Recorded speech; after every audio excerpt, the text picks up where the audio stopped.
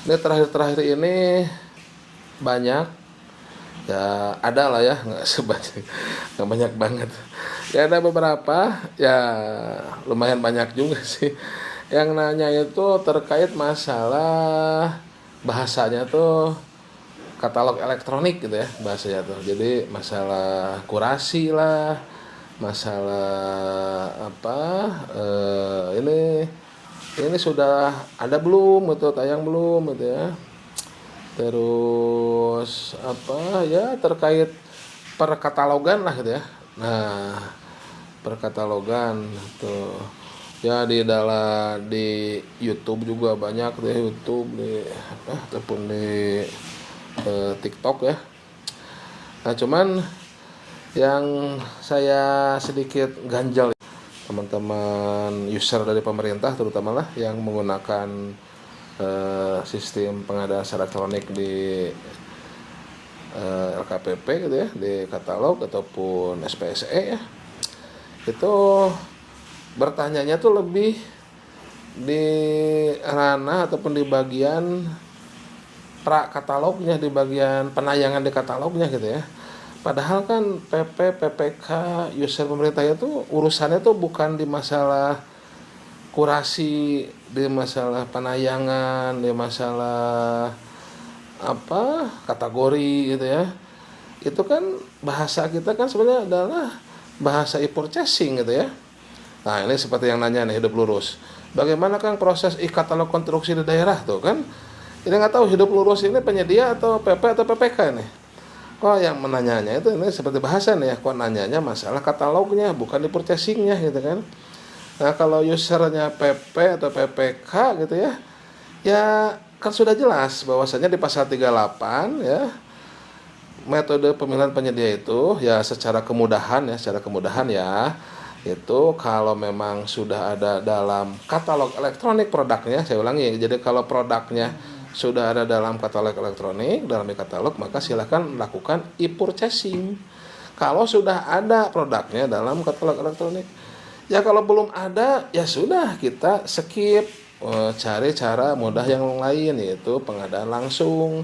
Kalau nilainya tidak lebih dari 100 kalau dia konsultan, kalau nilainya tidak lebih dari 200 kalau dia barang atau jasa lainnya, kalau nilainya tidak lebih dari 400 kalau dia pekerjaan konstruksi, begitu kan, pengadaan langsung. Atau kalau bisa pengadaan langsung, oke, nilainya lebih dari itu, maka penunjukan langsung kalau masuk dalam kondisi ataupun keadaan tertentu di pasal 38 kayak hak paten, satu kesalahan konstruksi, terus apa lagi, hanya satu penyedia yang mampu, benih, pupuk, terus seleksi tender ulang gagal dan sebagainya. Kalau masuk kondisi itu, berapapun nilainya silahkan penunjukan langsung. Kalau nggak bisa itu ya udah tender atau seleksi kalau konsultan ya, tender cepat atau. Nah maksudnya ya kita itu kan bukan bahas katalognya, kita tuh yang harus kita bahas itu adalah e-purchasingnya. Nah, jadi kalau barangnya sudah tidak ada dalam katalog, ya sudah tidak lakukan e-purchasing. Jadi apa ya seperti ini Hidup Lurus ini, Hidup Lurus nomor 1. Bagaimana kan proses e-katalog konstruksi di daerah dan bagaimana mekanisme pengadaan langsung konstruksi. Nah itu yang terkait masalah katalog elektronik konstruksi di daerah. Ya kalau memang belum ada ininya apa etalase, bukan etalase sekarang tuh apa namanya tuh, kok jadi lupa sih itu ya, itu ya apa, ya kalau dulu tuh etalase istilahnya ya, kalau emang belum ada ya ataupun item pekerjaannya belum ada, kategori, nah kategorinya belum ada, di dalam kategori itu itemnya juga sub kategorinya belum ada. Nah, kalau apalagi konstruksi kan harus lengkap kan, kalau belum lengkap ya sudah berarti produk tersebut belum ada dalam katalog elektronik, berarti tidak bisa dilakukan di purchasing, begitu udah selesai ya. Karena kan ya kalau kita dengar dari teman-teman PU kan masih banyak tuh yang perlu dikurasi, karena kan itu termasuk sektoral lah yang diberikan katalog ya untuk konstruksi, itu puluhan ribu tuh antriannya tuh ya. Nah kalau tidak ada ya sudah skip itu metode purchasing itu. Nah, kita ganti dengan pengadaan langsung. Nah, pertanyaan selanjutnya nih kan dari Hidup Lurus. Bagaimana mekanisme pengadaan langsung? Ya sama aja, mekanisme pengadaan langsung itu mengundang satu pelaku usaha, ya, dicek kualifikasinya, dicek penawarannya, kalau oke ya jadi pengadaan langsung.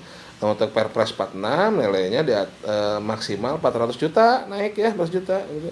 Terus bagaimana milih pelaku usahanya? Ya kalau ada data sikap, gunakan data sikap, kan ada bintang-bintangnya gitu kan. Ya kalau ada data sikap, kalau pernah bekerja beberapa kali di dinas tersebut dan bagus kinerjanya, ada evaluasi kinerja dari PPK, ya silahkan itu dilakukan itu pengadaan langsung gitu kan terhadap penyedia tersebut, begitu udah. Intinya yang tidak boleh itu pelanggaran etika gitu kan. Nah, itu kan pelanggaran etika yang G sama H itu kan, yang penyalahgunaan wewenang sama menerima, ya itulah fraud lah gitu ya. RPA.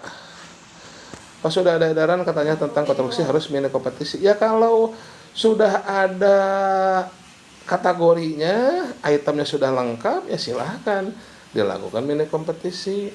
Dan kalau harganya masih kurang bagus, setelah mini kompetisi mau dinegosiasi selanjutnya, ya boleh-boleh saja, silahkan gitu kan. Intinya kembali ke tujuan pengadaan, efisien kan, seperti itu. Sudah ada yang terkait Minkom, sudah ada. Cuman yang kita isukan adalah bukan masalah Minkomnya gitu kan, tapi ya e-purchasing itu bisa kita lakukan kalau produknya sudah ada dalam katalog elektronik. Nah, terus ya kalau belum siap produknya, belum lengkap itemnya untuk konstruksi, ya berarti tidak bisa menggunakan e-purchasing ya.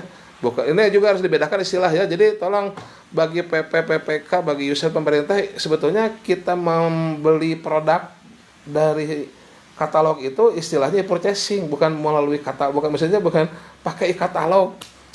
Yang tepatnya itu e-purchasing. Kalau katalog itu adalah tempatnya gitu kan. Nah, tapi belinya ya itu istilahnya purchasing gitu. Seperti itu. Gitu ya. RPA ya. Nah, ketika kita melakukan pemilihan penyedia ataupun belanja produk melalui katalog elektronik dengan istilah e-purchasing gitu kan. Jadi kalau kita melakukan e-purchasing, caranya bisa dua, bisa mini kompetisi atau bisa juga dengan negosiasi. Oke. Nah, ini ke bahasan kedua nih, yaitu terkait negosiasi nih. Nah, ini saya sedikit juga gatal terkait negosiasi. Karena negosiasi itu ya seringkali barusan aja telepon sama teman itu ya. Nego-nego 10.000 cenah turuna. Aduh, 10.000 itu mah negosiasi daging gitu. Ya.